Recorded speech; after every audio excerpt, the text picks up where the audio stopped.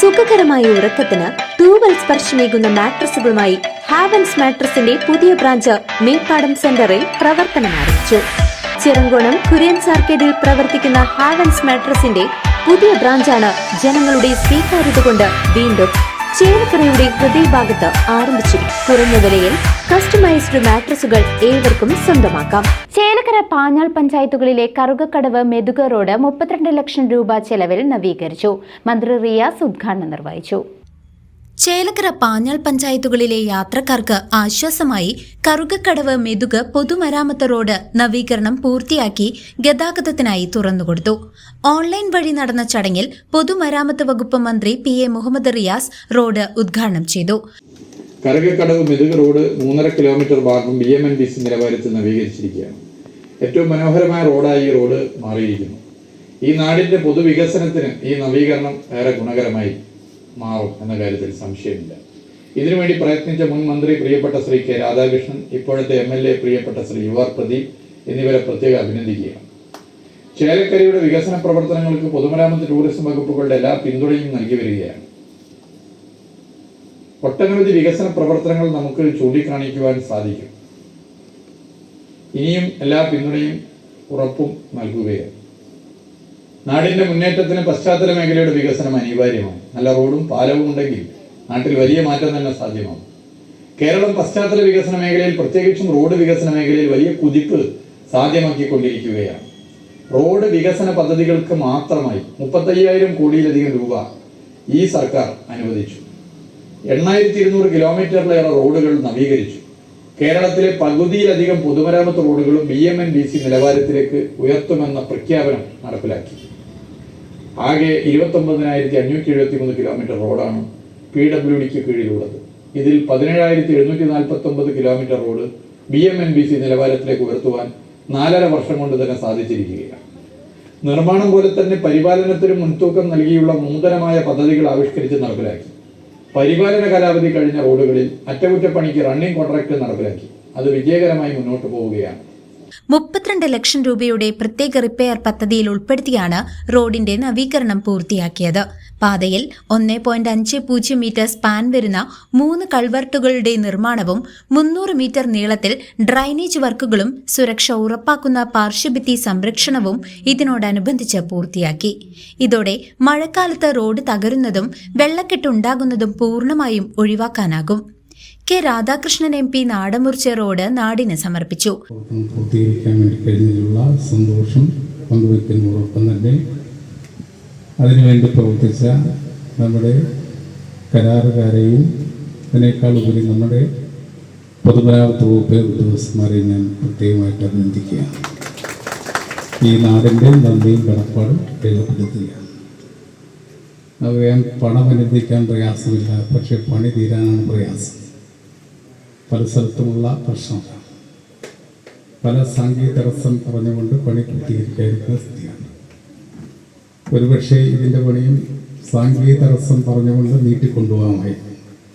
കാരണം ആദ്യം ബഡ്ജറ്റിൽ അവതരിപ്പിച്ചത് 3 കോടി രൂപയാണ്.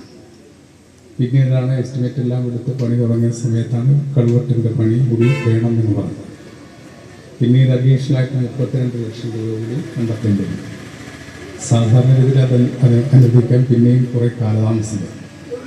എന്നാൽ നമ്മുടെ പണി ആരംഭിക്കുന്നതോടൊപ്പം തന്നെ 32 ലക്ഷം രൂപ കൂടി അനുവദിച്ചുകൊണ്ടാണ് 3 കോടി 32 ലക്ഷം രൂപ ചെലവഴിച്ചുകൊണ്ട് നമ്മുടെ ഈ റോഡിൻ്റെ പണി പൂർത്തീകരിക്കാൻ വേണ്ടി കഴിഞ്ഞത്.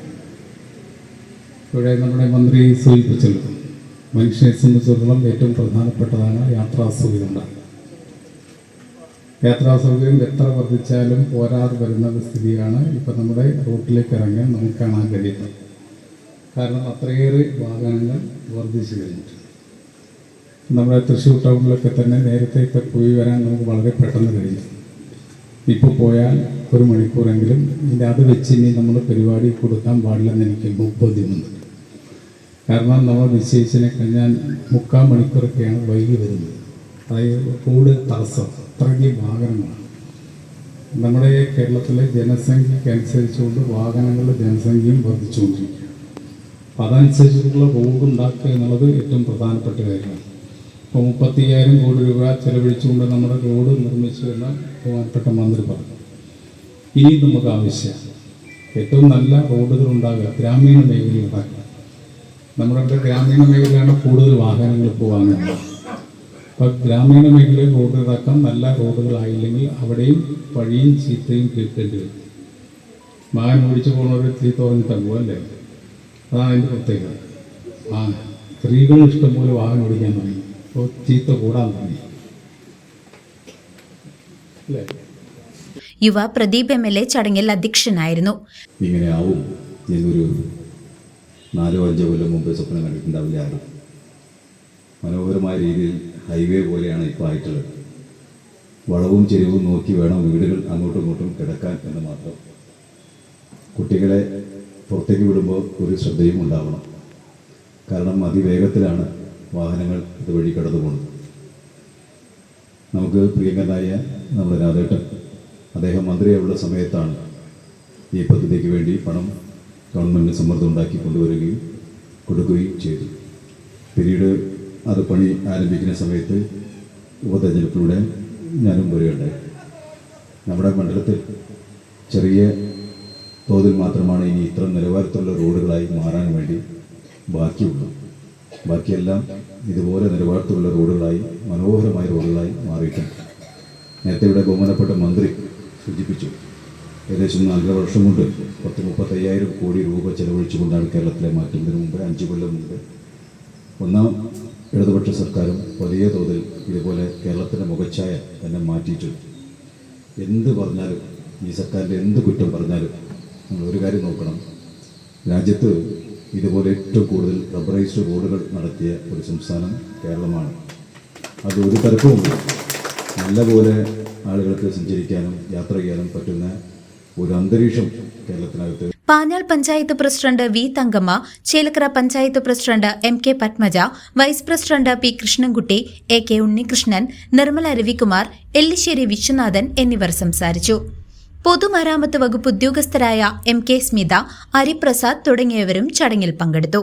CCV news Panjal.